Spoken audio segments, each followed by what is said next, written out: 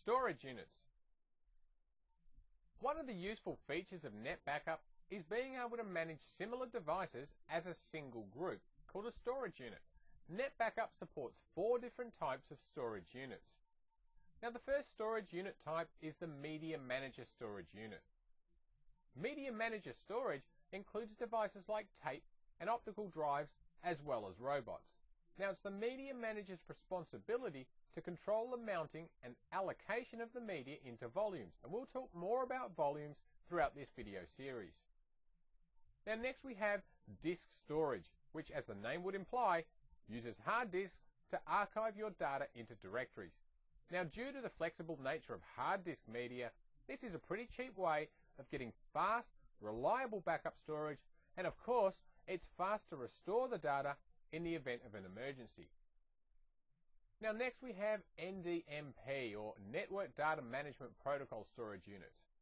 Now, to use an NDMP host, you'll need to have the NetBackup for NDMP installed, and this lets you manage these devices using Media Manager. Now, finally, we have disk staging storage units.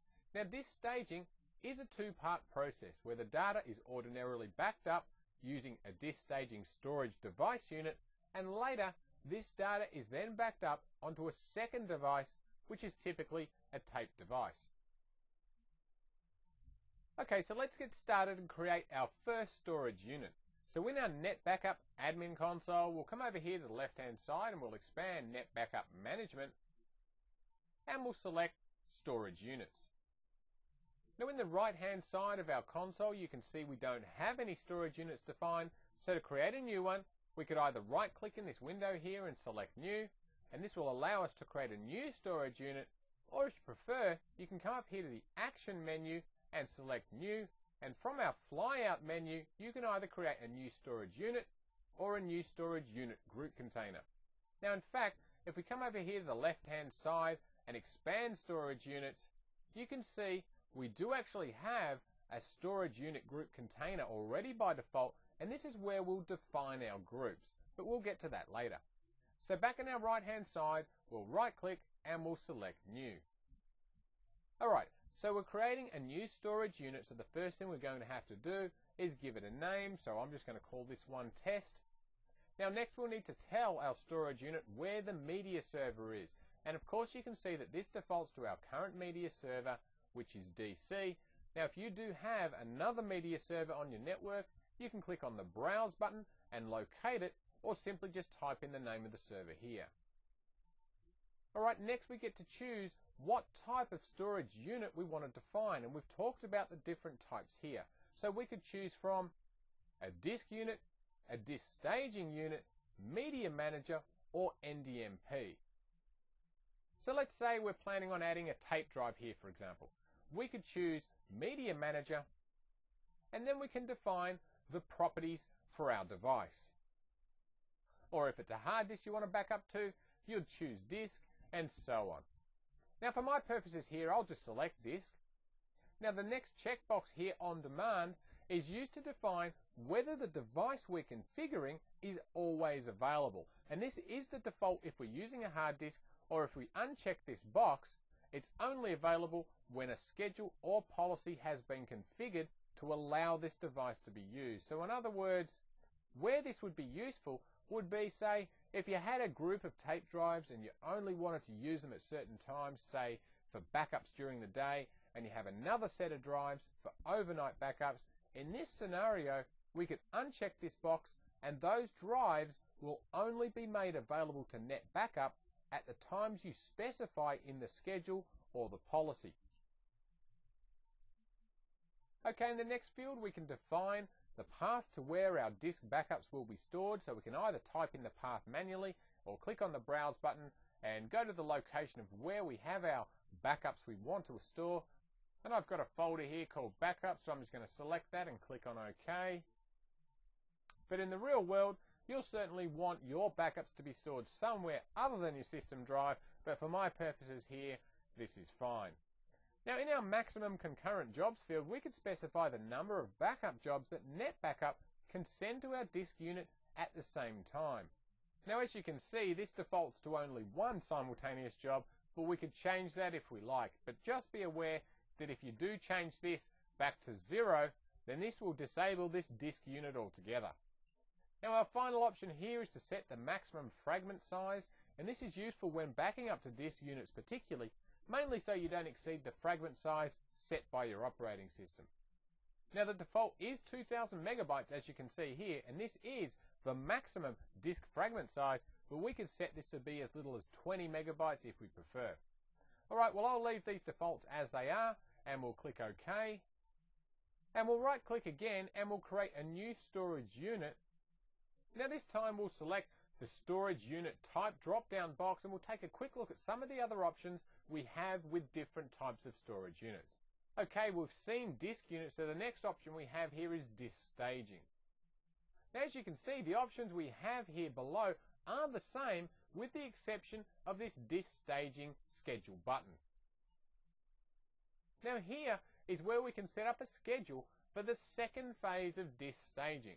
And this is the phase where the backup image is moved from our disk staging unit to its final destination, which you'd know by now from the start of this video is ordinarily a tape device.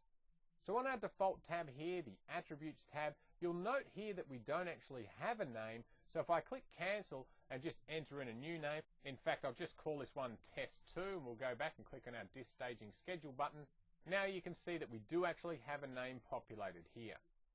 Okay, beneath the name we can set the schedule, whether it's to be based on calendar days or after the number of hours, weeks or days we'd prefer. Now if we select the calendar option, we'll get a new tab up here, and down on the left of this tab we can simply select specific dates, which is the default, recurring days of the week or recurring dates that we want to perform our disk staging. Now if we leave the default of specific dates, we can simply click inside some of these date boxes at the top, and these dates will be added to this window here at the bottom right. Now alternatively, if you prefer, you can come over here and click on the new button and add them in using this date field you see here. Now if you prefer to use specific days of the week, you could simply select this option here on the bottom left, and on the right select the days that you'd like disk staging to occur. And of course the same goes for recurring days of the month. Simply select this option here on the left, and on the right choose the dates that you want your disk staging to occur on. Now in our second tab here, the Start Window tab, here we can specify at what time we'd like to start our disk staging.